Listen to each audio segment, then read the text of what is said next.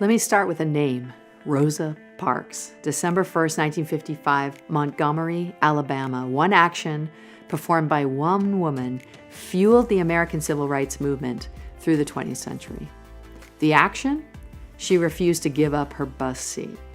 Parks was convicted of violating segregation laws, and on that same day, local Black community leaders organized a bus boycott. The boycott, led by Dr. Martin Luther King Jr., lasted more than 1 year until the Supreme Court ruled bus segregation was unconstitutional.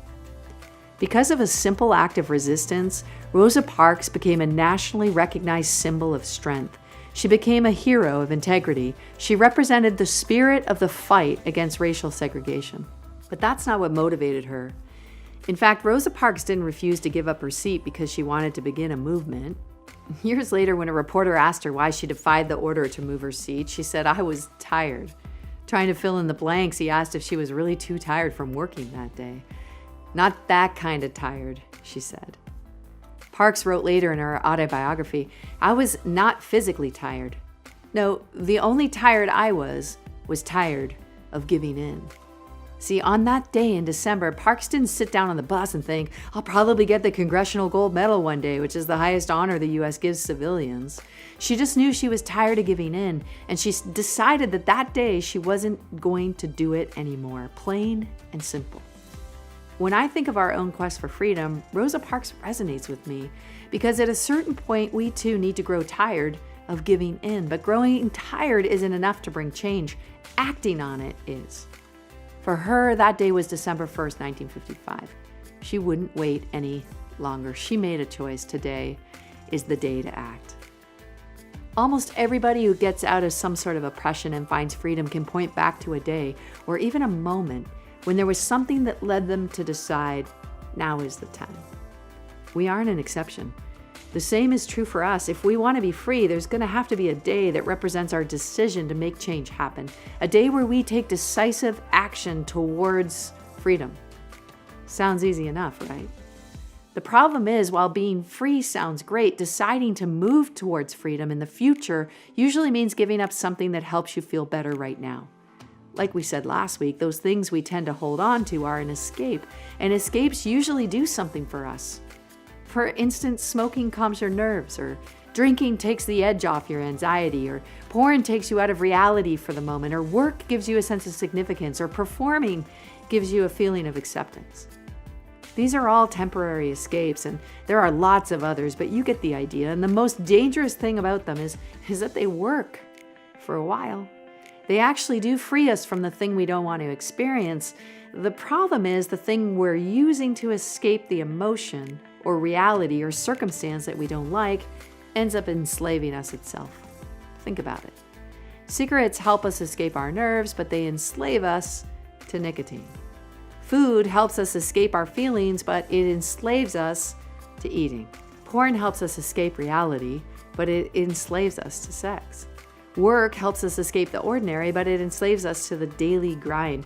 Performance helps us escape insecurity, but it enslaves us to what others think. Even though it doesn't seem like it when we're doing it, in attempting to escape one thing, we ultimately enslave ourselves to something else, and we never achieve freedom. And that makes choosing to go after freedom right now more challenging. Sometimes it's difficult to realize what we're enslaved to. Realizing these things is just the first step.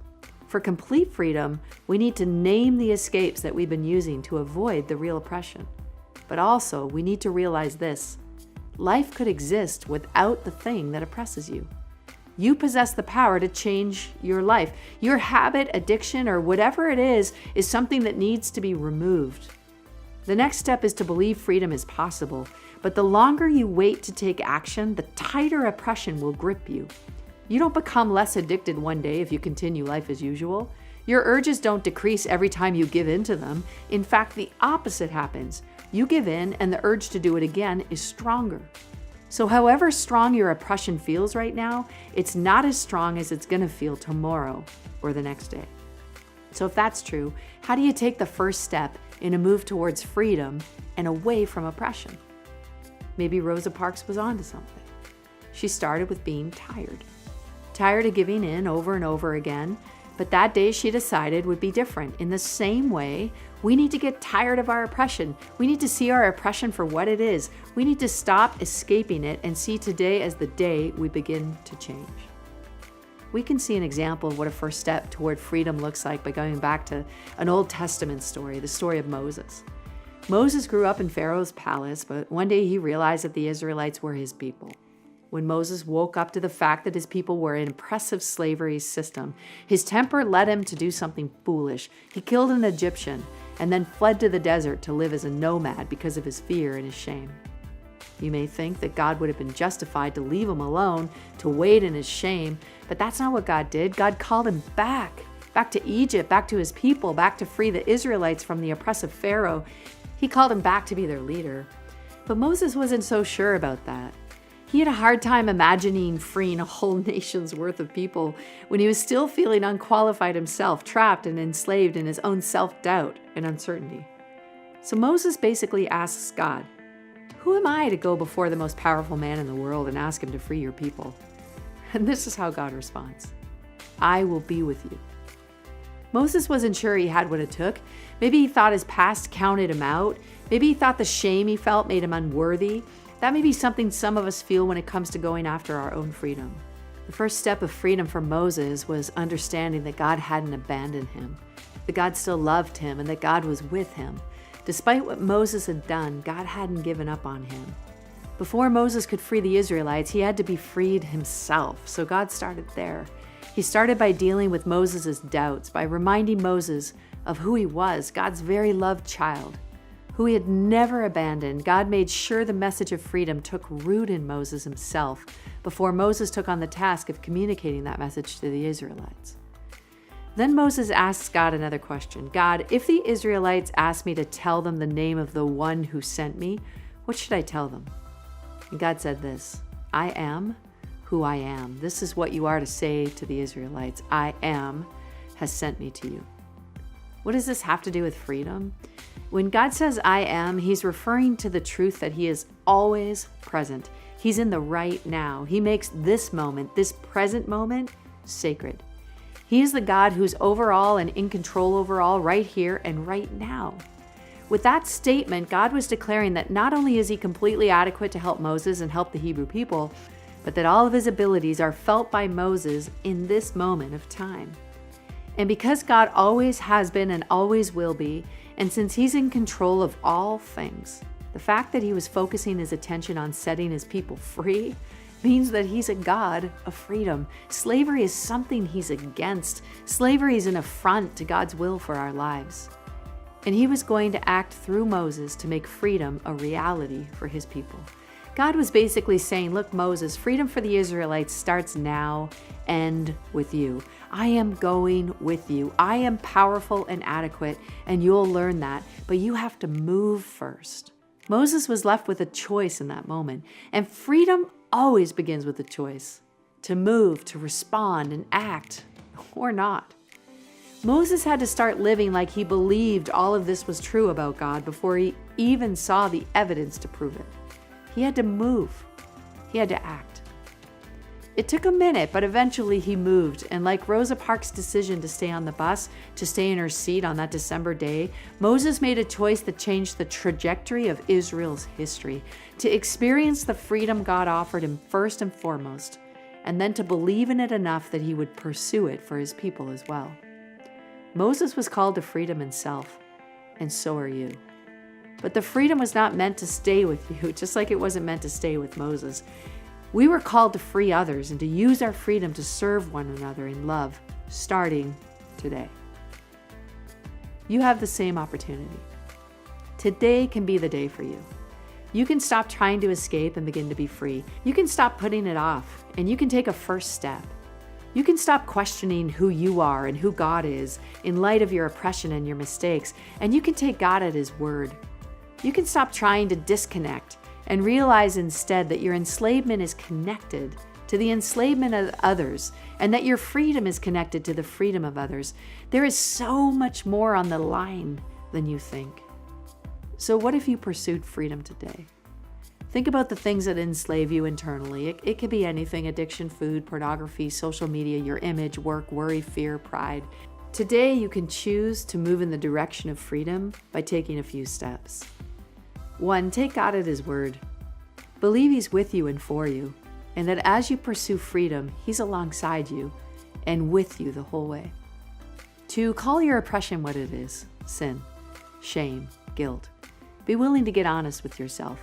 You'll never achieve freedom if you aren't first willing to admit you were enslaved to begin with. 3, come clean. Tell somebody exactly what's going on. By talking about it, you'll already put yourself in a better position moving forward. And I promise you'll feel better, not worse, when you get it off your chest. No one gets free by themselves. We get free together. 4, get some help. This is one step further than letting someone know. It's letting the right someone know who can partner with you in finding freedom. Getting help is a great manifestation of what we talked about last week, confronting your fear. All of a sudden, the idea of freedom will no longer seem like a theoretical good idea. It'll be in action. And now you can allow God to move into your helplessness through the work, wisdom, and experience of other people. Remember, helplessness isn't a bad thing. It's the beginning of freedom. 5, create some guardrails. Guardrails are designed to help keep you safe, to help keep you free, healthy, and happy. They exist to give you a better story, not destroy it. After you've talked to someone, ask them to help you think of ways to protect your freedom and keep you more and more free. Not only is God offering you freedom from something, but He is also offering you freedom for something. You may not be enslaved to something, so maybe you can experience God's freedom in a different way. Think about the ways you can use your life for others.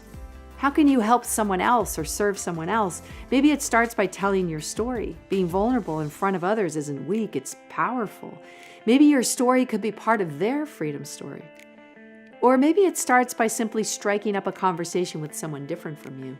Noticing others is powerful too. Do they have a need that you could step in and meet? Maybe God's calling you to step forward and build a relationship. Maybe you could take some action against modern-day slavery, help build awareness, or raise money to support someone fighting slavery on the front lines. There are plenty more options for things you can do to take action now, but just know this: the longer you wait, the grip of oppression gets tighter. It will not be easier later. Today is the day to believe that I Am is with you and has freed you. And today is the day that you can use your freedom to help free others. Freedom starts now and with you. And once you take action, you'll already be in a position to help other people who are enslaved. Just know that God is with you. I Am is not just a well-worded phrase. It's the name of God, the creative God who will always be with you. And trust me, He's more committed to your freedom than you are. He's more than adequate to handle all of the obstacles. And because you have the freedom to choose, you can choose to ask for God's grace, access it to the fullest extent, and take a bold step.